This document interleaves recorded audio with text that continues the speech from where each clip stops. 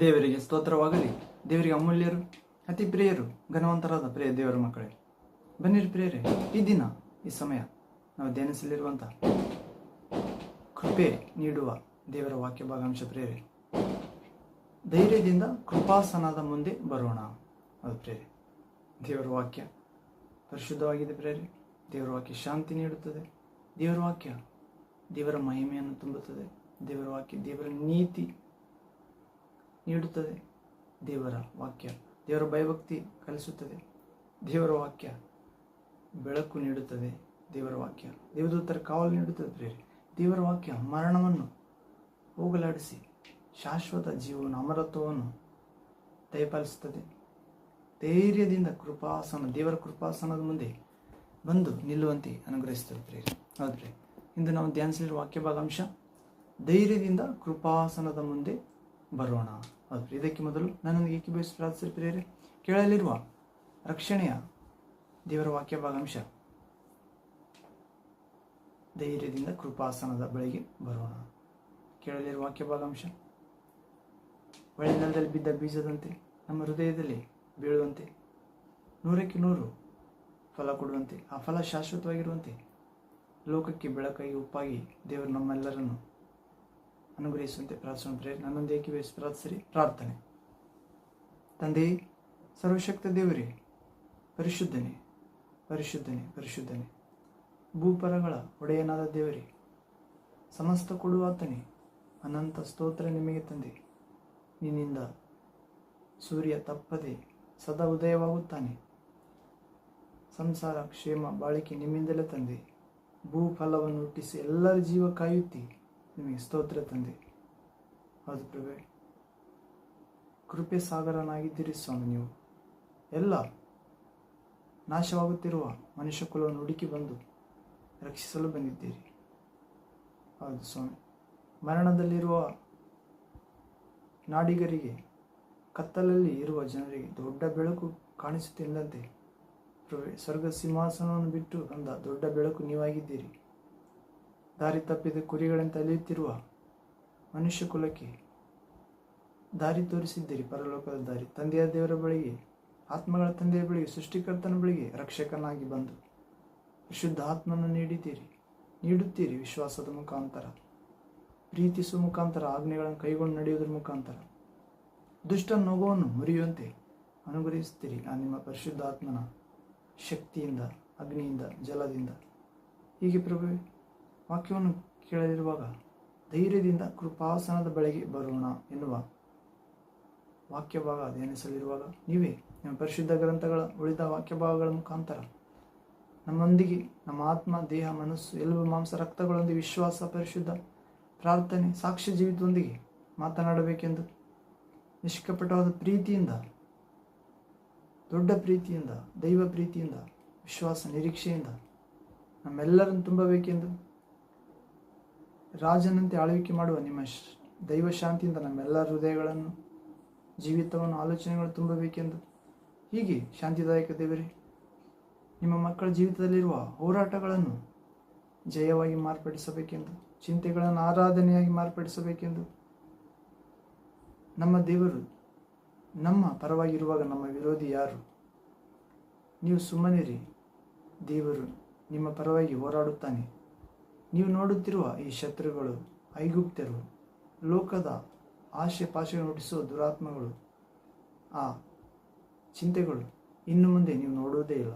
ಹೌದು, ಅಂಥ ಅದ್ಭುತ ಆಲೋಚನಾ ಕಾರ್ಯ, ಪರಾಕ್ರಮ, ನಿತ್ಯವಾದ ಸಮಾಧಾನದ ಕಾರ್ಯ, ಬಿಡುಗಡೆಯ, ಜಯ, ಆಶೀರ್ವಾದ, ಸುವಾರ್ಥ, ಪ್ರಕಾಶದ, ದೈವ ಬಲದ, ನೂತನ ಸೃಷ್ಟಿಯ ಕಾರ್ಯ ನಿಮ್ಮಲ್ಲಿ ವಿಶ್ವಾಸವಿಟ್ಟು ಪರಿಪೂರ್ಣ ವಿಶ್ವಾಸದ ಕಡೆಗೆ, ಕೃಪೆಯಿಂದ ಪರಿಪೂರ್ಣ ಕೃಪೆಯ ಕಡೆಗೆ ಮಹಿಮಾ ಸ್ವರೂಪನೇ ನಮ್ಮೆಲ್ಲರನ್ನು ಕರೆದುಕೊಂಡು ಹೋಗಬೇಕೆಂದು, ವಿಶ್ವದ ಎಲ್ಲ ಕ್ರೈಸ್ತ ವಿಶ್ವಾಸಿಗಳನ್ನು ಜ್ಞಾಪಿಸಿಕೊಳ್ಳಬೇಕೆಂದು, ಹೀಗೆ ಶಾಂತಿದಾಯಕ ದೇವರೇ, ಸೈತಾನನನ್ನು ಶೀಘ್ರವಾಗಿ ನಿಮ್ಮ ಮಕ್ಕಳಾದ ನಮ್ಮೆಲ್ಲರ ಕಾಲ ಕೆಳಗೆ ತುಳಿಸಿ ನಾಶ ಮಾಡಬೇಕೆಂದು ನಜರೇತಿನ ಯೇಸು ಕ್ರಿಸ್ತ ಸರ್ವಾಧಿಕಾರ ನಾಮದಲ್ಲಿ ಪ್ರಾರ್ಥಿಸುತ್ತೇವೆ ತಂದೆಯೇ. Amen, amen. Thank you Father, thank you Jesus Christ, thank you Holy Ghost, fire, living water, flow. Amen. ಹೌದು ಪ್ರೇರೆ, ಕೃಪಾಸನದ ಮುಂದೆ ಬರೋಣ ಧೈರ್ಯದಿಂದ. ಎನ್ನುವ ಅಂಶವನ್ನು ನಾವು ಧ್ಯಾನಿಸುವ ಮೊದಲು ಒಂದು ಆತ್ಮೀಯ ಗೀತೆಯನ್ನು ಹಾಡಿಕೊಳ್ಳೋಣ ಪ್ರೇರೆ. ಹಾಡು ಏಸಪ್ಪ ನಿನ್ನ ಕೃಪೆ, ಯೇಸುವೆ ನಿನ್ನ ಕೃಪೆ ನನ್ನನ್ನು ಅಮರತ್ವಕ್ಕೆ ಅರ್ಹನನ್ನಾಗಿ ಮಾಡಿತ್ತು. ಹೌದು ಪ್ರೇರೆ, ದೇವರ ಕೃಪೆ ಮಾತ್ರ ನಮ್ಮನ್ನು ಅಂತ್ಯವಿಲ್ಲದ ಜೀವಿತಕ್ಕೆ ಅರ್ಹರನ್ನಾಗಿ ಮಾಡುತ್ತದೆ ಪ್ರೇರೆ. ದೇವರ ಜೀವಿತಕ್ಕೆ, ಅನಂತ ಜೀವಿತಕ್ಕೆ, ನಿತ್ಯ ಜೀವಿತಕ್ಕೆ, ಆನಂದದ ಮಹಿಮೆಯ ಬೆಳಕಿನ ಜೀವಿತಕ್ಕೆ, ದೇವರ ಮಕ್ಕಳ ಪದವಿಗೆ ಯೋಗ್ಯರನ್ನಾಗಿ ಮಾಡಿಸುತ್ತದೆ ಪ್ರೇರೆ. ದೇವರ ಯೇಸುವಿನ ಕೃಪೆ ಪಾಪ ಕೊಡುವ ಸಂಬಳ ಮರಣ, ಆದರೆ ದೇವರು ಕೊಡುವ ಉಚಿತ ವರದಾನ ಯೇಸುವಿನಲ್ಲಿ ವಿಶ್ವಾಸಿಟ್ಟವರಿಗೆ ಆತನ ಮಗನಲ್ಲಿರುವ ಜೀವ, ನಿತ್ಯ ಜೀವ. ಅದು ಪ್ರೇರೆ ರೋಮಪತ್ರಿಕೆ 6:23 ಹಾಕಿದಲ್ಲಿ ನೋಡುತ್ತೇವೆ. ಹೀಗೆ ಯೇಸು ತನ್ನ ರಕ್ತ ಸುರಿಸಿ ನಮ್ಮನ್ನೆಲ್ಲರನ್ನು ತಂದೆಯಾದ ದೇವರಿಗೆ ಕೊಂಡುಕೊಂಡಿದ್ದಾನೆ ಪ್ರೇರೆ. ಇನ್ನು ಮೇಲೆ ನಾವು ನಮ್ಮ ಸ್ವಂತ ಸೊತ್ತಲ್ಲ, ದೇವರ ಆಸ್ತಿಯಾಗಿದ್ದೀವಿ. ಆದ್ದರಿಂದ ನಮ್ಮ ದೇಹದಲ್ಲಿ ದೇವರ ಮಹಿಮೆ ಪಡಿಸಬೇಕೆಂದು, ಪ್ರಕಾಶಪಡಿಸಬೇಕೆಂದು ದೇವರು ಕೋರಿಕೊಳ್ಳುತ್ತಿದ್ದಾನೆ. ಹೌದು, ಹೀಗೆ ಯೇಸುವೆ ನಿನ್ನ ಕೃಪೆ ನನ್ನನ್ನು ಅಮರತ್ವಕ್ಕೆ ಅರ್ಹನನ್ನಾಗಿ ಮಾಡಿತೆಂದು ಹಾಡಿಕೊಳ್ಳೋಣ ಪ್ರೇರೆ. ನನ್ನೊಂದಿಗೆ ಏಕೀಭವಿಸಾಡಿರಿ. ಏಸಪ್ಪ ನಿನ್ನ ಕೃಪೆ ನನ್ನ ಅಮರತ್ವಕ್ಕೆಂದು ಅರ್ಹನಾಗಿ ಮಾಡಿತು. ಏಸಪ್ಪ ನಿನ್ನ ಕೃಪೆ ಅರ್ಹನಾಗಿ ಮಾಡಿತು. ಏಸಪ್ಪ ನಿನ್ನ ಕೃಪೆ ನಿನ್ನ ಹಸ್ತದ ನೆರಳಲ್ಲಿ ಓಡುವಾಗ ಸ್ವಾಮಿ, ನಿನ್ನ ಶಾಶ್ವತ ಕೃಪೆಯಿಂದ ತುಂಬಿದೆಯ ಒಡೆಯನೆ. ನಿನ್ನ ಹಸ್ತದ ನೆರಳಲ್ಲಿ ಓಡುವಾಗ ನಿನ್ನ ಶಾಶ್ವತ ಕೃಪೆಯಿಂದ ತುಂಬಿದೆಯ. ನಿನ್ನ ಸನ್ನಿಧಿಯಲ್ಲಿ ದೀನನಾಗಿ ಬಚ್ಚಿಟ್ಟುಕೊಳ್ಳುವೆ ನಿನ್ನ ಕೃಪೆಯಲ್ಲಿ ಯೇಸುವೆ. ನಿನ್ನ ಸನ್ನಿಧಿಯಲ್ಲಿ ದೀನರಾಗಿ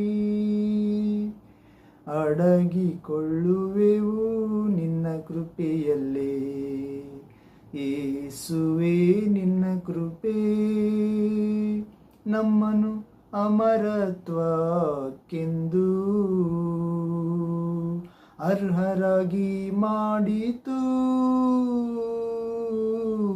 ಯೇಸುವೆ ನಿನ್ನ ಕೃಪೆ ಅರ್ಹರಾಗಿ ಮಾಡಿತು. ಏಸಯ್ಯ ನಿನ್ನ ಕೃಪೆ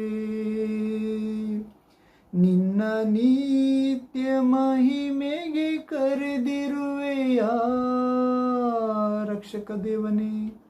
ನಿನ್ನ ಸ್ವಾಸ್ಥ್ಯವಾಗಿ ನನ್ನ ಮಾರ್ಪಡಿಸಿದೆಯ.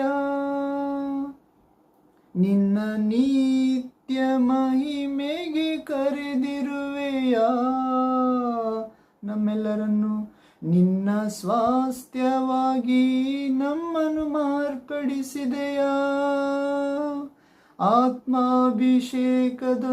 ಸ್ಥಿರಪಡಿಸಿದ ಆರಾಧ್ಯನೇ ನಿನ್ನ ಘನಪಡಿಸುವೆ. ಆತ್ಮಾಭಿಷೇಕದೊಂದಿಗೆ ಸ್ಥಿರಪಡಿಸಿದ ಆಮೆನ್. ಆರಾಧ್ಯನೇ ನಿನ್ನ ಘನಪಡಿಸುವೆವು. ಏಸಪ್ಪ ನಿನ್ನ ಕೃಪೆ ನನ್ನ ಅಮರತ್ವಕ್ಕೆಂದು ಅರ್ಹನಾಗಿ ಮಾಡಿತು. ಏಸಪ್ಪ ನಿನ್ನ ಕೃಪೆ ಅರ್ಹನಾಗಿ ಮಾಡಿತು. ಯೇಸುವೆ ನಿನ್ ಕೃಪೆ ಗುಬ್ಬಚ್ಚಿಯಂತೆ ನಾರಿ ನಿನ್ನ ಸೇರಲೇ. ನಿನ್ನ ಮಡಿಲಲ್ಲಿ ನಾ ಹೊರಗಿ ಹರ್ಷಿಸಲೇ. ತಂದೆ ಗುಬ್ಬಚ್ಚಿಯಂತೆ ನಾವು ಹಾರಿ ನಿನ್ನ ಸೇರುವೆವು. ನಿನ್ನ ಮಡಿಲಲ್ಲಿ ನಾವು ಹೊರಗೆ ಹರ್ಷಿಸುವೆವು. ಈ ಕೋರಿಕೆ ನಮ್ಮಲ್ಲಿ ತೀರುವುದೇ, ಆಗಮನದಲ್ಲಿ ತೀರುವುದಾ ಕ್ರಿಸ್ತೇಸುವೆ. ಅಪ್ಪ, ಈ ಕೋರಿಕೆ ನಮ್ಮಲ್ಲಿ ತೀರುವುದೇ, ನಿನ್ನ ಆಗಮನದಲ್ಲಿ ತೀರುವುದೇ. ಏಸಪ್ಪ, ನಿನ್ನ ಕೃಪೆ ನಮ್ಮ ಅಮರತ್ವಕ್ಕೆಂದು ಅರ್ಹರಾಗಿ ಮಾಡಿತು. ಏಸಪ್ಪ, ನಿನ್ನ ಕೃಪೆ ಅರ್ಹರಾಗಿ ಮಾಡಿತು. ಒಡೆಯನೇ ನಿನ್ನ ಕೃಪೆ, ಜೀವಸ್ವರೂಪನೇ ನಿನ್ನ ಕೃಪೆ, ಆತ್ಮಗಳ ತಂದೆ ನಿನ್ನ ಕೃಪೆ. Amen. Thank you Father Jesus Christ mighty name. Amen. ಅದು ಪ್ರೇರೆ, ಯೇಸುವಿನ ಕೃಪೆ ನಮ್ಮನ್ನೆಲ್ಲರನ್ನು ಅಮರತ್ವಕ್ಕೆ ಅರ್ಹರನ್ನಾಗಿ ಮಾಡುತ್ತದೆ ಪ್ರೇರೆ. ಹೌದು, ನಿನ್ನ ಪ್ರಭುವಿನ ಹಸ್ತದ ಕೆಳಗೆ ನಾವು ಓಡುವಾಗ, ಅಂದರೆ ಯೇಸುವಿನಲ್ಲಿ ವಿಶ್ವಾಸ ಇಟ್ಟಾಗ, ದೇವರ ಆತ್ಮ ಎಂಬ ದೇವರ ಹಸ್ತಕ್ಕೆ ಗುರುತಾಗಿರುವ ದೇವರ ಆತ್ಮ ನಮ್ಮ ಮೇಲೆ ಬರುತ್ತಾನೆ ಪ್ರೇರೆ. ಡೈರೆಕ್ಟಾಗಿ ಇಂಡೈರೆಕ್ಟಾಗಿ ಆತನ ಹಸ್ತದ ಕೆಳಗೆ, ಆತ್ಮದ ಕೆಳಗೆ ಓಡುವಾಗ ಆತನ ಶಾಶ್ವತ ಕೃಪೆಯಿಂದ ತುಂಬುತ್ತಾನೆ. ವಾಕ್ಯದ ಪ್ರಕಾರ ನಡೆಯುವಾಗ ಆತನ ದೇವರ ಪ್ರಭುವಿನ ಸನ್ನಿಧಿಯಲ್ಲಿ ದೀನರಾಗಿ ಕಾದುಕೊಂಡಿರುವಾಗ ಯಾವಾಗಲೂ ಆ ಕೃಪೆ ನಮ್ಮನ್ನು ಬಿಡುವುದಿಲ್ಲ ಪ್ರೇರೆ. ಮತ್ತು ಆತನ ನಿತ್ಯ ಮಹಿಮೆಗೆ ನಮ್ಮೆಲ್ಲರನ್ನು ಕರೆದಿದ್ದಾನೆ ಪ್ರೇರೆ. ಒಂದು ದಿನಕ್ಕಾಗಿ, ವಿಶ್ವಾಸುವುದಕ್ಕಾಗಿ ಕರೆದಿಲ್ಲ. ಆದರೆ ನಿತ್ಯ ಮಹಿಮೆಗೆ ಸೇರಲು ದೇವರ ಬಲದಲ್ಲಿ, ಸೌಂದರ್ಯದಲ್ಲಿ, ಶೌರ್ಯದಲ್ಲಿ, ಬೆಳಕಿನಲ್ಲಿ, ಆನಂದದಲ್ಲಿ, ಹೌದು ಪ್ರೇರೆ, ಕರೆದಿದ್ದಾನೆ. ನಿತ್ಯ ಮಹಿಮೆಗೆ ಕರೆದಿದ್ದಾನೆ. ಮತ್ತು ನಿನ್ನನ್ನು, ನನ್ನನ್ನು ತನ್ನ ಸ್ವಾಸ್ಥ್ಯವನ್ನಾಗಿ ಮಾರ್ಪಡಿಸಿಕೊಂಡಿದ್ದಾನೆ. ಯೇಸುವಿನಲ್ಲಿ ಶಾಶ್ವತ ಪ್ರೀತಿಯಿಂದ ಹಿಂಬಾಲಿಸುವುದಾದರೆ, ಯಾವನಿಗಾದರೂ ನನ್ನನ್ನು ಹಿಂಬಾಲಿಸುವುದಕ್ಕೆ ಮನಸ್ಸಿದ್ದರೆ ಅವನು ಆಕೆ ತನ್ನ ಶಿಲುಬೆಯನ್ನು ಹೊತ್ತುಕೊಂಡು ಅನುದಿನ ನನ್ನನ್ನು ಹಿಂಬಾಲಿಸಲಿ. ನಾನು ಇರುವ ಸ್ಥಳದಲ್ಲಿ ನನ್ನ ಶಿಷ್ಯನು, ನನ್ನ ಮಗನು ಇರುತ್ತಾನೆ.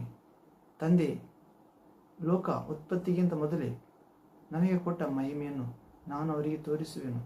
ನಾನಿದ್ದಲ್ಲಿ ನನ್ನ ಸೇವಕನು, ನನ್ನ ಶಿಷ್ಯನು, ನನ್ನ ಮಗನು, ಮಗಳು ಇರುತ್ತಾನೆ ಎಂದಿದ್ದಾರೆ. ಹೌದು ಪ್ರೇರೆ, ಹೀಗೆ ಪ್ರಭುವಿನ ನಿತ್ಯ ಮಹಿಮೆಗೆ ಕರೆದಿದ್ದಾನೆ ಪ್ರಭು. ತನ್ನ ಸ್ವಾಸ್ಥ್ಯ ಆಸ್ತಿಯನ್ನಾಗಿ ನಮ್ಮೆಲ್ಲರನ್ನು ಮಾರ್ಪಡಿಸಿದ್ದಾನೆ. ಆತ್ಮಾಭಿಷೇಕದೊಂದಿಗೆ ಸ್ಥಿರಪಡಿಸುತ್ತಾನೆ ಪ್ರೇರೆ. ನಾವು ಧೈರ್ಯದಿಂದ ಯೇಸುವನ್ನು ಪ್ರೀತಿಸಿ ಹಿಂಬಾಲಿಸುವುದಾದರೆ, ಆತನ ಮಹಿಮೆಯನ್ನು ಹಿಂಬಾಲಿಸುವುದಾದರೆ, ಹೌದು ಪ್ರೇರೆ, ಆತನ ಸನ್ನಿಧಿಯಲ್ಲಿ ದೀನರಾಗಿ ಆತನ ಹಸ್ತವಾದ ಪರಿಶುದ್ಧಾತ್ಮನ ಪ್ರಕಾರ ಜೀವಿಸುವುದಾದರೆ ಆತ್ಮಾಭಿಷೇಕದಿಂದ ಸ್ಥಿರಪಡಿಸುತ್ತಾನೆ. ಆರಾಧ್ಯನೆ ನಿನ್ನನ್ನು ಘನಪಡಿಸುವೆಂದು ನಮ್ಮ ಜೀವಿತಾಂತ ಕೊಂಡಾಡುವಂತೆ ಮಾಡುತ್ತಾನೆ. ಹೀಗೆ ಗುಬ್ಬಚ್ಚಿಯಂತೆ ನಾವು ಹಾರಿ, ಪ್ರಭುವೇ ನಿನ್ನನ್ನು ಸೇರಲೇ ಎಂದು ನಾವು ಬೇಡಿಕೊಳ್ಳುವವರಾಗುತ್ತೇವೆ. ಮತ್ತು ಪ್ರಭುವೇ ನಿಮ್ಮ ಮಡಿಲಲ್ಲಿ ಹೊರಗೆ ಹರ್ಷಿಸುತ್ತೇವೆ ಎಂದು ಪ್ರಾರ್ಥಿಸುತ್ತೇವೆ. ಈ ಕೋರಿಕೆ ನಮ್ಮೊಳಗೆ ಯಾವಾಗ ತೀರುತ್ತದೆ ಪ್ರಭುವೇ? ನಿನ್ನ ಆಗಮನದಲ್ಲಿ ತೀರುವುದಾ, ಅಥವಾ ನಾವೇ ನಿಮ್ಮ ಬಳಿಗೆ ಬರುವಾಗ ತೀರುವುದಾ? ಆದರೆ ಭಕ್ತರ ಕೋರಿಕೆ. ಹೀಗೆ ಪ್ರೇರೆ, ವಾಕ್ಯದೊಳಗೆ ಪ್ರವೇಶವಾಗೋಣ ಅಂತ ಅಮರತ್ವ ಪ್ರಭು ನಮ್ಮೆಲ್ಲರಿಗೆ ನೀಡಲಿ. ಯೇಸು ಕ್ರಿಸ್ತ ನಾಮದಲ್ಲಿ ದೇವಚಿತ್ತದಂತೆ ಆಮೇನ್ ಆಮೇನ್. ವಾಕ್ಯ ಭಾಗದೊಳಗೆ ಪ್ರವೇಶವಾಗೋಣ ಪ್ರೇರೆ. ಅಂಶ, ಕೃಪಾಸನದ ಬಳಿಗೆ ಧೈರ್ಯದಿಂದ ಬರೋಣ. ಅಂಶ, ಧೈರ್ಯದಿಂದ ಕೃಪಾಸನದ ಬಳಿಗೆ ಬರೋಣ. ಹೌದು, ದೇವರು ಅಯೋಗ್ಯರನ್ನು, ಗಣನೆಗೆ ಬಾರದವರನ್ನು, ಅಜ್ಞಾನಿಗಳನ್ನು, ಲೋಕದ ದೃಷ್ಟಿಯಲ್ಲಿ ಬಲಹೀನರನ್ನು, ಅಸಡ್ಡೆಯಾದವರನ್ನು ಆರಿಸಿಕೊಂಡಿದ್ದಾನೆ ಪ್ರೇರಿ. ಈ ಲೋಕದ ಗಣ್ಯರನ್ನು ಇಲ್ಲದಂತೆ ಮಾಡಲು ಗಣನೆಗೆ ಬಾರದವರನ್ನು ಆರಿಸಿಕೊಂಡಿದ್ದಾನೆ. ಜ್ಞಾನಿಗಳನ್ನು ನಾಚಿಕೆಪಡಿಸಲು ಜ್ಞಾನ ಇಲ್ಲದವರನ್ನು ಆರಿಸಿಕೊಂಡಿದ್ದಾನೆ. ಬಲಿಷ್ಠರನ್ನು ಇಲ್ಲದಂತೆ ಮಾಡಲು ಬಲಹೀನರನ್ನು ಆರಿಸಿಕೊಂಡಿದ್ದಾನೆ. ಗಣ್ಯರನ್ನು ನಾಚಿಕೆಪಡಿಸಲು ಗಣನೆಗೆ ಬಾರದವರನ್ನು ಆರಿಸಿಕೊಂಡಿದ್ದಾನೆ ಪ್ರೇರಿ. ಹೌದು, ಹೀಗೆ ನಮ್ಮ ದೇವರು ಇಲ್ಲದ್ದನ್ನು ಇರುವುದಾಗಿ ಕರೆಯುವಾತನಾಗಿದ್ದಾನೆ ಪ್ರೇರೆ. ಸತ್ತಿದ್ದನ್ನು ಬದುಕಿಸುತ್ತಾನೆ. ಹೌದು ಪ್ರೇರೆ, ಇದು ದೇವರ ಕೃಪೆ. ಮತ್ತು ಪಾಪಿಗಳನ್ನು ಹುಡುಕಿ ರಕ್ಷಿಸಲು ಬಂದಿದ್ದಂತೆ, ಪರಿಶುದ್ಧರನ್ನಾಗಿ ಮಾಡಲು. ಹೌದು, ನೀತಿವಂತನನ್ನು ಹುಡುಕಲು ಬಂದಿಲ್ಲ, ನಾನು ಪಾಪಿಗಳನ್ನು ಹುಡುಕಿ ಬಂದಿದ್ದೇನೆ. ಹೌದ್ರೇ, ನೀತಿವಂತನ ಒಬ್ಬನಲ್ಲಿ ಯಾರೂ ಇಲ್ಲ. ಎಲ್ಲರೂ ದಾರಿ ತಪ್ಪಿ ನಡೆಯುವರೆ, ದೇವರನ್ನು ಹುಡುಕುವ ಒಬ್ಬನೂ ಇಲ್ಲ. ಎಲ್ಲರೂ ಸ್ವಂತ ಮಾರ್ಗಗಳಲ್ಲಿ ನಡೆಯುವವರೇ. ಎಲ್ಲರೂ ನಾಲಿಗೆ ಕೆಳಗೆ ಹಾವಿನ ವಿಷವಿದೆ. ಹೌದ್ರೇ, ಅವರು ಹೋದ ದಾರಿಯಲ್ಲೆಲ್ಲ ರಕ್ತ ಚೆಲ್ಲುವುದಕ್ಕೆ ಅವಸರ ಪಡುತ್ತಾರೆ. ಅವರು ಸಮಾಧಾನದ ಮಾರ್ಗವನ್ನೇ ಅರಿತಿಲ್ಲ. ಹೌದ್ರಿ, ಹೀಗೆ ದೇವರು ಯೇಸು ತನ್ನ ಕೃಪೆಯಿಂದ ನಮಗೆ ತನ್ನ ನೀತಿಯನ್ನು ಕೊಡಲು ಬಂದಿದ್ದಂತೆ, ಉಚಿತವಾದ ನೀತಿ, ದೇವರ ಮಕ್ಕಳ ಪದವಿ, ದೇವರಾತ್ಮ, ವಿಧೇಯತೆ, ದೈವಜ್ಞಾನ, ದೈವ ಮಾರ್ಗ ತೋರಿಸಲು ಬಂದಿದ್ದಂತೆ. ಹೀಗೆ ನಾವು ವಾಕ್ಯದೊಳಗೆ ಪ್ರವೇಶ ಮಾಡ್ತೀವಿ. ಧೈರ್ಯದಿಂದ ಕೃಪಾಸನದ ಮುಂದೆ ಬರೋಣ. ನಾವು ಇಬ್ರಿಯರ ಗ್ರಂಥ 7ನೇ ಅಧ್ಯಾಯ 26ನೇ ವಾಕ್ಯ ಪ್ರೇರೆ. ಇಬ್ರಿಯರ ಗ್ರಂಥ 4ನೇ ಅಧ್ಯಾಯ 26ನೇ ವಾಕ್ಯ. Hebrews letter chapter 4 verse 26th word. ಇಲ್ಲಿ ಓದುವುದಾದರೆ ನಾವು 4ನೇ ಅಧ್ಯಾಯ 16ನೇ ವಾಕ್ಯ, 4th ಚಾಪ್ಟರ್ 16th ವರ್ಡ್ ಇಬ್ರಿಸ್. ನಾವು ಕರುಣೆಯನ್ನು ಹೊಂದುವಂತೆಯೂ ಆತನ ದಯೆಯಿಂದ ಸಮಯೋಚಿತವಾದ ಸಹಾಯವು ನಮಗೆ ದೊರೆಯುವಂತೆಯೂ ಧೈರ್ಯದಿಂದ ಕೃಪಾಸನದ ಮುಂದೆ ಬರೋಣ. ಅಂದರೆ ಪೌಲನು ಇಬ್ರಿಯರಿಗೆ ಸಭೆಗೆ ಬರೆಯುವಾಗ ಹೇಳ್ತಿದ್ದಾನೆ 4ನೇ ಅಧ್ಯಾಯ ಕೊನೆಯ ಭಾಗದಲ್ಲಿ, ದೇವರ ಮಕ್ಕಳೇ, ನಾವು ಆತನು ಸರ್ವ ವಿಷಯಗಳಲ್ಲಿ 15ನೇ ವಾಕ್ಯದ ಕೆಳಭಾಗ ನೋಡುವುದಾದರೆ, ಆತನು ಯೇಸು ಸರ್ವ ವಿಷಯಗಳಲ್ಲಿ ನಮ್ಮಾಗಿ ಶೋಧನೆ ಗುರಿಯಾದನು, ಪಾಪ ಮಾತ್ರ ಮಾಡಲಿಲ್ಲ. ಆದುದರಿಂದ ಯೇಸು ನಮ್ಮಾಗಿ ಸರ್ವ ವಿಷಯದಲ್ಲಿ ಶೋಧನೆ ಆದ ಪ್ರೇರೆ, ಪಾಪ ಮಾತ್ರ ಮಾಡಲಿಲ್ಲ ಅಂತ. ಆದ್ದರಿಂದ ನಾವು ಕರುಣೆಯನ್ನು ಹೊಂದುವಂತೆ ಆತನ ದಯೆಯಿಂದ ಸಮಯೋಚಿತವಾದ ಸಹಾಯ ನಮಗೆ ದೊರೆಯುವಂತೆಯೂ ಧೈರ್ಯದಿಂದ ಕೃಪಾಸನದ ಮುಂದೆ ಬರೋಣ. ಯೇಸುವಿನಲ್ಲಿ ವಿಶ್ವಾಸ ಇಟ್ಟಿರುವುದರಿಂದ ನಾವು ಶೋಧನೆಯಾದಾಗ ಪ್ರೇರೆ, ಸರ್ವ ವಿಷಯಗಳಲ್ಲಿ ನಮ್ಮೆಯಾಗಿ ಶೋಧನೆ ಗುರಿಯಾದ ಪ್ರಭು, ಪಾಪ ಮಾಡದ ಪ್ರಭು, ಶೋಧನೆ ಆದಾಗ ಪಾಪ ಮಾಡದಂತೆ ಶಕ್ತಿ ಕೊಡುತ್ತಾನೆ ಪ್ರೇರೆ. ಹೌದು, ಶೋಧನೆ ಆಗುತ್ತಲೇ ತಪ್ಪಿಸಿಕೊಳ್ಳುವ ಮಾರ್ಗ ಏರ್ಪಡಿಸುತ್ತಾನೆ. ಶೋಧನೆ ಆಗದಂತೆ ಒಂದು ಗಳಿಗಾದರೂ ಪ್ರಾರ್ಥಿಸುವ ಪ್ರಾರ್ಥನೆ ಆತ್ಮ ನೀಡುತ್ತಾನೆ. ಶೋಧನೆ ಗೆದ್ದಾತನು ಗೆಲ್ಲುವುದಕ್ಕೆ ಅವಕಾಶ ನೀಡುತ್ತಾನೆ ಪ್ರೇರೆ. ಹೌದು, ಹೀಗೆ ಶೋಧನೆಗೆ ಒಳಗಾಗದಂತೆ ಕೇಡಿನಿಂದ ತಪ್ಪಿಸಿ ಎಂದು ಪರಲೋಕ ಪ್ರಾರ್ಥನೆ ಕಲಿಸಿದ್ದಾನೆ ಪ್ರೇರೆ. ಹೌದು, ಹೀಗೆ ನಾವು ಕರುಣೆಯನ್ನು ಹೊಂದುವಂತೆ ಆತನ ದಯೆಯಿಂದ ಸಮಯೋಚಿತವಾದ ಸಹಾಯ ದೊರಕುತ್ತದೆ. ಯಾವಾಗ ನಾವು ಶೋಧನೆ ಗೆಲ್ಲುತ್ತೇವೋ, ಶೋಧನೆಯಲ್ಲಿ ಬೀಳದಂತೆ ಕಾಪಾಡಿಕೊಳ್ಳುತ್ತೇವೋ, ಒಂದು ವೇಳೆ ಶೋಧನೆಯಲ್ಲಿ ಬಿದ್ದರೆ ನಾವು ಆ ಶೋಧನೆ ಪಾಪವಾಗುತ್ತದೆ ಪ್ರೇರೆ. ಪಾಪ ಕೇಡಿಗೆ ಒಯ್ಯುತ್ತದೆ. ಹೌದು, ಆದ್ದರಿಂದ ಯೇಸು ಸರ್ವ ವಿಷಯದಲ್ಲಿ ನಮ್ಮಾಗಿ ಶೋಧಿಸಲ್ಪಟ್ಟರೂ ಕೂಡ ಪಾಪ ಮಾಡಲಿಲ್ಲ. ಆ ಶೋಧನೆಯನ್ನು ಗೆದ್ದ ಯೇಸುವಿನ ಆತ್ಮ, ಪಾಪ ಮಾಡದ ಯೇಸುವಿನ ಆತ್ಮ ನಮಗೆ ಕರುಣೆ ನೀಡುತ್ತದೆ ಪ್ರೇರೆ, ದಯೆ ತೋರುತ್ತದೆ, ಸಮಯೋಚಿತವಾದ ಸಹಾಯ ನಮಗೆ ನೀಡುತ್ತದೆ. ಆಗ ಧೈರ್ಯದಿಂದ ಶೋಧನೆಯನ್ನು ಗೆದ್ದವರಾಗಿ, ಪಾಪವನ್ನು ಗೆದ್ದವರಾಗಿ ಕೃಪಾಸನದ ಮುಂದೆ ಬರುತ್ತೇವೆ ಪ್ರೇರೆ.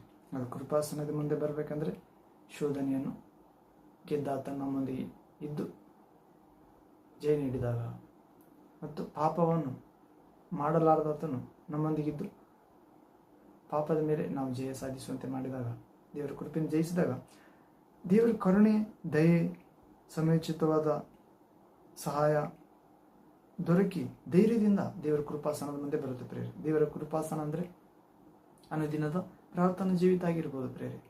ನೀನು ಪ್ರಾರ್ಥನೆ ಮಾಡಬೇಕಾದ್ರೆ ನೀನು ಏಕಾಂತವಾದ ಕೋಣೆಯೊಳಗೆ ಹೋಗಿ ಅಂತರಂಗದಲ್ಲಿರುವ ನಿನ್ನ ತಂದೆಗೆ ಪ್ರಾರ್ಥನೆ ಮಾಡು. ಅಂತರಂಗದಲ್ಲಿ ನಡೆಯುವುದನ್ನು ನೋಡುವ ತಂದೆ ನಿನಗೆ ಪ್ರತಿಫಲ ಕೊಡುತ್ತಾನೆ. ಹೌದು ಪ್ರೇರೆ. ಮತ್ತೆ ಸುವಾರ್ತೆ 6ನೇ ಅಧ್ಯಾಯ 6ನೇ ವಾಕ್ಯದಲ್ಲಿ ನೋಡುತ್ತೇವೆ. ಇದು ನಮ್ಮ ಬಲಿಪೀಠ. ಯೇಸು ಪ್ರಾರ್ಥನೆ ಮಾಡಬೇಕಾದ್ರೆ ಅಡವಿಗೆ ಹೋಗು, ದೇವಾಲಯಕ್ಕೆ ಹೋಗು ಎಂದು ಹೇಳಲಿಲ್ಲ ಪ್ರೇರೆ. ನೀನು ಪ್ರಾರ್ಥನೆ ಮಾಡಬೇಕಾದ್ರೆ ನೀನು ಏಕಾಂತವಾದ ಕೋಣೆಯೊಳಗೆ ಹೋಗಿ ಬಾಗಿಲನ್ನು ಮುಚ್ಚು, ಅಂತರಂಗದಲ್ಲಿ ಪ್ರವೇಶ ಆಗು, ಕಣ್ಣು ಮುಚ್ಚಿ. ಅಂತರಂಗದಲ್ಲಿ ನಿನ್ನ ತಂದೆ ಇದ್ದಾನೆ.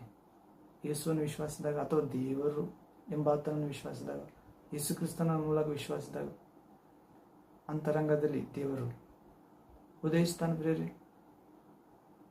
ಒಂದನೇ ಸಾರಿ ನೋಡುತ್ತಾನೆ ದೇವರು, ಎರಡನೇ ಸಾರಿ ನೋಡಿದಾಗ ನಮ್ಮ ದುಃಖ ಹೋಗಿ ಆನಂದ ಬರುತ್ತದೆ. ಅಷ್ಟರವರೆಗೆ ದೇವರು ಅಂತರಂಗದಲ್ಲಿ ಇದ್ದೇನೆ, ಪ್ರಾರ್ಥನೆ ಮಾಡು, ಅಂತರಂಗದಲ್ಲಿ ಇರುವ ತಂದೆ ನಿನಗೆ ಪ್ರತಿಫಲ ಕೊಡುತ್ತಾನೆ ಬಹಿರಂಗವಾಗಿ ಎಂದು ಹೇಳುತ್ತಿದ್ದಾನೆ ಪ್ರಭು. ಹೀಗೆ ಕೃಪಾಸನದ ಮುಂದೆ ಧೈರ್ಯದಿಂದ ಬರಬೇಕಾಗಿದ್ದರೆ ಅನುದಿನದ ಅಂತರಂಗದ ಪ್ರಾರ್ಥನೆ ನಾವು ಮಾಡಬೇಕಾಗಿದೆ. ಪ್ರಭುವಿನೊಂದಿಗೆ ಧೈರ್ಯದಿಂದ ಪ್ರಾರ್ಥನೆ ಎಂಬ ಕೃಪಾಸನ ಬಳಿಗೆ ಬರಬೇಕಾಗಿದೆ, ಕಾಯ್ದುಕೊಳ್ಳಬೇಕಾಗಿದೆ. ಹೌದು, ಯಾವ ವಿಷಯದ ಬೇರು ಕೃಪಾಸನದ ಮುಂದೆ ಅಂತರಂಗದ ಪ್ರಾರ್ಥನೆ ಬಳಿಗೆ ಬಾರದಂತೆ, ವಿಷಯದ ಬೇರು ಮೊಳಕೆ ಹೊಡೆದು ವಿಶ್ವಾಸ ಭ್ರಷ್ಟರಾಗದಂತೆ, ಯಾವ ಕತ್ತಲೆಯು 1 ಗಂಟೆಯಾದರೂ 1 ದಿನವಾದರೂ ನಮ್ಮ ಒಳಗೆ ಪ್ರವೇಶವಾಗದಂತೆ ಕೃಪೆ ಅಮರತ್ವಕ್ಕೆ ಕರೆದುಕೊಂಡು ಹೋಗುತ್ತದೆ ಎಂದು ಭಾವಿಸಿ ಧೈರ್ಯದಿಂದ ಪ್ರಾರ್ಥನೆ ಜೀವಿತ ಮುಂದುವರಿಸಬೇಕಾಗಿದ್ದರೆ ಪರಿಶುದ್ಧ ಜೀವಿತ ಆಗಿರ್ಬೋದು, ವಿಶ್ವಾಸ ಜೀವಿತ, ನಿರೀಕ್ಷೆ, ಪ್ರೀತಿಯ ಜೀವಿತ, ಧೈರ್ಯದ ಜೀವಿತ, ಶಾಂತಿಯ ಜೀವಿತ, ಆ ಕೃಪಾಸನ ಎಂಬ ಅಂತರಂಗದ ಪ್ರಾರ್ಥನೆಯಲ್ಲಿ ನಮಗೆ ದೊರಕುತ್ತದೆ. ಧೈರ್ಯದಿಂದ ಇರಲು ದೇವರ ಮಕ್ಕಳಾಗಿ ಏಸು ಬರುವವರೆಗೂ ಅಥವಾ ನಾವು ದೇವರ ಬಳಿಗೆ ಹೋಗುವವರೆಗೂ, ಮಹಿಮ ಶರೀರ ಧರಿಸಿಕೊಳ್ಳುವವರೆಗೂ, ಆದರೆ ಮರಣಾಧಿಕಾರಿಗಳನ್ನು ಜಜ್ಜಿ ಮೆಟ್ಟಿ ನಿಲ್ಲುವವರೆಗೂ ಪ್ರಭು ಧೈರ್ಯ ನೀಡುತ್ತಾನೆ. ಹೀಗೆ ಇನ್ನೊಂದು ವಾಕ್ಯ ನೋಡೋಣ ಪ್ರೇರೆ. ಇಬ್ರಿಯರ ಗ್ರಂಥ 9ನೇ ಅಧ್ಯಾಯ 28ನೇ ವಾಕ್ಯ. Hallelujah, thank you Jesus. Hebrews letter chapter 9 verse 28th word. 27-28. ಇಬ್ರಿಯರ ಗ್ರಂಥ 9ನೇ ಅಧ್ಯಾಯ 27-28ನೇ ವಾಕ್ಯ. Hebrews letter chapter 9 verse 27-28th word. ಇಲ್ಲಿ ಓದುವುದಾದರೆ, ಒಂದೇ ಸಾರಿ ಸಾಯುವುದು, ಆಮೇಲೆ ನ್ಯಾಯ ತೀರ್ಪು ಮನುಷ್ಯರಿಗೆ ಹೇಗೆ ನೇಮಕವಾಗಿದೆಯೋ ಹಾಗೆಯೇ ಕ್ರಿಸ್ತನು ಸಹ ಬಹುಜನರ ಪಾಪಗಳನ್ನು ಹೊತ್ತುಕೊಳ್ಳುವುದಕ್ಕೋಸ್ಕರ ಒಂದೇ ಸಾರಿ ಸಮರ್ಪಿತನಾದನು ಮತ್ತು ತನ್ನನ್ನು ನಿರೀಕ್ಷಿಸಿಕೊಂಡವರಿಗೆ ರಕ್ಷಣೆಯನ್ನು ಉಂಟು ಮಾಡುವುದಕ್ಕೋಸ್ಕರ ಪಾಪ ಸಂಬಂಧವಿಲ್ಲದವನಾಗಿ ಎರಡನೇ ಸಾರಿ ಕಾಣಿಸಿಕೊಳ್ಳುವನು. ಆದರೆ ಧೈರ್ಯದಿಂದ ಕೃಪಾಸನದ ಮುಂದೆ ಬರೋಣ. ಆದರೆ ಧೈರ್ಯದಿಂದ ಕೃಪಾಸನದ ಮುಂದೆ ಬರುವಾಗ ನಾವು ಈ ಜ್ಞಾನ ಹೊಂದಿದವರಾಗಿರ್ಬೇಕಂತ ದೇವರು ಕೋರಿಕೊಳ್ತಿದ್ದಾನೆ. ಏನಂದರೆ, ಒಂದೇ ಸಾರಿ ಮನುಷ್ಯರು ಸಾಯುವುದು, ಆಮೇಲೆ ನ್ಯಾಯ ತೀರ್ಪು ಮನುಷ್ಯರಿಗೆ ಹೇಗೆ ನೇಮಕವಾಗಿದೆಯೋ ಹಾಗೆಯೇ ಕ್ರಿಸ್ತನು ಸಹ ಬಹುಜನರ ಪಾಪಗಳನ್ನು ಹೊತ್ತುಕೊಳ್ಳುವುದಕ್ಕೋಸ್ಕರ ಒಂದೇ ಸಾರಿ ಸಮರ್ಪಿತನಾದನು.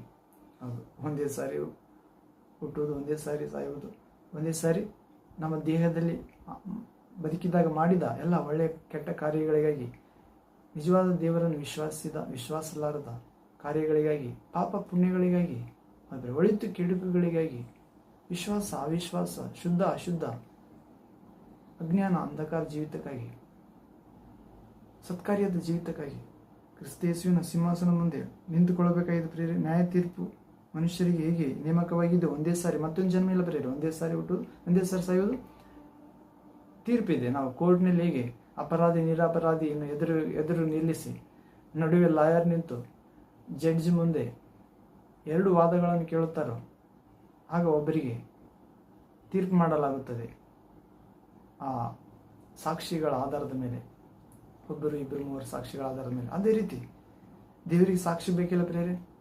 ನಾವು ಮಾಡಿದ್ದೆಲ್ಲ ಬಟ್ಟ ಬಯಲಾಗಿದೆ ದೇವರಿಗೆ. ಆಕಾಶದಿಂದ ನೋಡುತ್ತಾ ಇದ್ದಾನೆ, ಆತನ ಕಣ್ಣುಗಳು ತೇಜೋಮಯವಾಗಿವೆ. ಪಾತಾಳ, ಸಮುದ್ರದ ತಳ ಕಾಣುತ್ತದೆ ಒಂದೇ ಸಾರಿ ಆತನ ನೋಡುವುದಾದರೆ. ಮನುಷ್ಯನ ಯಾವ ಲೆಕ್ಕ? ಆದರೂ ದೇವರು ತನ್ನ ರೂಪದಲ್ಲಿ ನಮ್ಮನ್ನು ಮಾಡಿಕೊಂಡಿದ್ದಾನೆ ಪ್ರೇರೆ.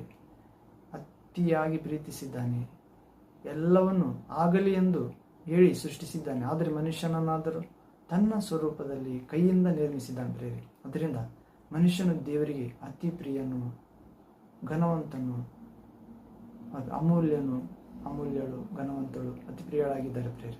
ಹೌದು, ಹೀಗೆ ಮನುಷ್ಯನು ಸರ್ವ ಸೃಷ್ಟಿಗೆ ಕಿರೀಟ ಆಗಿದ್ದಾರೆ ಪ್ರೇರೆ. ದೇವರಿಗೆ ಜ್ಯೇಷ್ಠ ಪುತ್ರರಂತೆ ಪದವಿಗೆ ಪಾತ್ರರಾಗಲು ಕರೆಯುತ್ತಿದ್ದಾನೆ.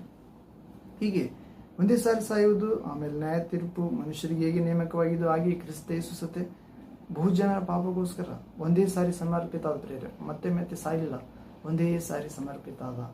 ಹೌದು. ಮತ್ತು ತನ್ನನ್ನು ನಿರೀಕ್ಷಿಸಿಕೊಂಡವರಿಗೆ ಯೇಸುವನ್ನು ನೀನು ವಿಶ್ವಾಸವಾದರೆ ಯೇಸು ಎರಡನೇ ಸಾರಿ ಆಗಮಿಸುತ್ತಾನೆ. ತನ್ನನ್ನು ವಿಶ್ವಾಸವರನ್ನು ಆನಂದದ ಲೋಕಕ್ಕೆ ಕರೆದುಕೊಂಡು ಹೋಗಲು. ಹೌದು. ಯೋಹಾನ ಸುವಾರ್ತೆ 14ನೇ 1ನೇ ವಾಕ್ಯದಲ್ಲಿ ಓದುತ್ತೇವೆ, ಹೃದಯದಲ್ಲಿ ಕಳವಳ ಪಡಬೇಡಿರಿ, ಭಯಪಡಬೇಡಿರಿ. ನನ್ನ ತಂದೆಯ ಮನೆಯಲ್ಲಿ ಅನೇಕ ಬಿಡಾರಗಳಿವೆ, ಕೋಣೆ, ಸ್ಥಳ, ರೂಮ್ ಸಿದ್ಧ ಮಾಡಿ ಬರಲು ಹೋಗುತ್ತೇನೆ.